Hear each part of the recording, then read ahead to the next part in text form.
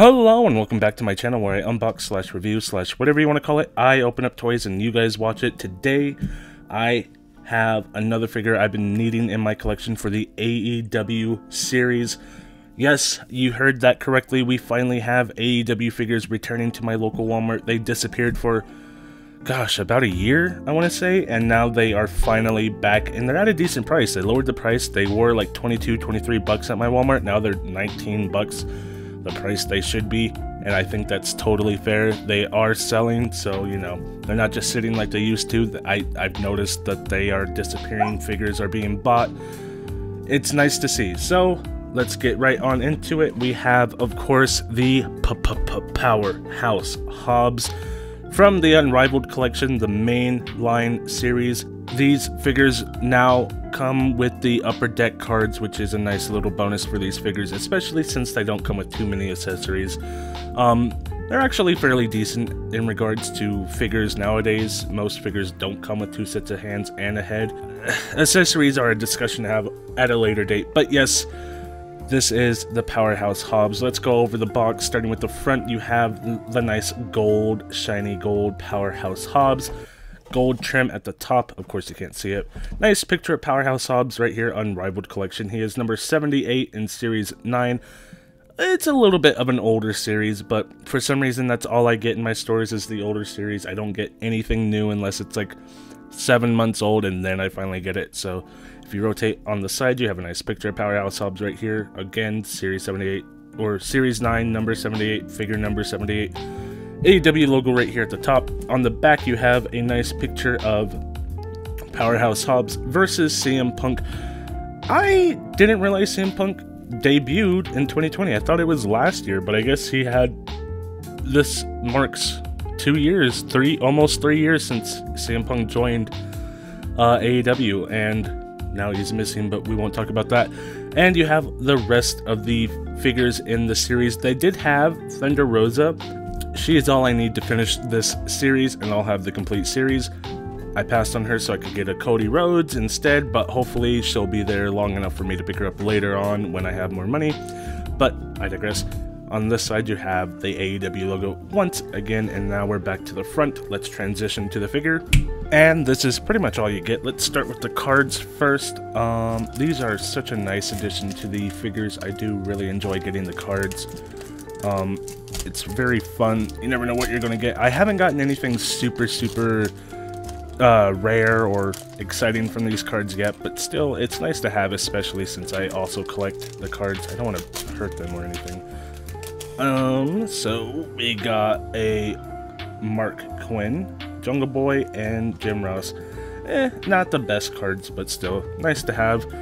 Next, we'll move on to the fists. We have 2 sets of fist hands. These are the newer, slightly different fist hands, the more bandaged fist hands. I believe these are made for CM Punk. I'm not quite sure, but they look great. They're slightly different because the knuckle is more out like that instead of the regular fist hand that's more like a fist. So these are a little bit different than the regular fist hands. The regular fist hands, of course, look more like that, which look fine. And then we have another head sculpt. This one is more of a neutral, just kind of looking standard basic head sculpt. It looks absolutely amazing. The head sculpts are really improving on the AEW figures. Nice hair, nice face, everything about this looks pretty good. Then we have the figure itself. You can see this is more of a grunting, more mean mug looking face. Looks just as good. I like both of these. Normally there's one I like a little bit better than the other one. These are both pretty spectacular, so it's nice to see. You have the Powerhouse in the classic Taz font. Looks a lot like Taz's logo because this is back when he was in Taz's team. You have the nice tattoo here. It looks like a skull kind of screaming. On this side, there's nothing. Ooh, you have some more logo right there. Kind of like I don't know what that would be. You have the knee pads, the willpower down here at the boots. I like these boots. I like the mold on them. Looks pretty great. Let's go over articulation real quick. The head can look up to about that far, down to about that far. Arms can come up to, whoop. Yeesh. Arms can come up to about that high, rotate all the way around, swivel at the bicep, double jointed, can go up to about that high, wrists can go in, they can go out, and swivel all the way around. Ab crunch is the thing I'm worried about. These bigger figures usually suffer when it comes to ab articulation, so hopefully it's fairly decent. Let's see, he can go back to about that far, not super far. Forward, yeah, he can't go too far forward without popping. That's okay, I guess. If you add the lower ab crunch to it, it's fine, not great. Goes back, he can swivel a little bit around and around and around, so you get a little bit out of him. He's not the worst, but not the best, definitely. If you add the legs to it, he can go to about 90, but of course, if you just try and bend his legs, that will happen. I wish there was a way to stop that from happening. It pops way too easily. They need to make either a bigger ball or, I don't know, something to make it so it doesn't pop quite as easy. That does mean the legs can come up to about that high. If you force it, the knees are pretty loose. That's not great. Double jointed knees can go to about...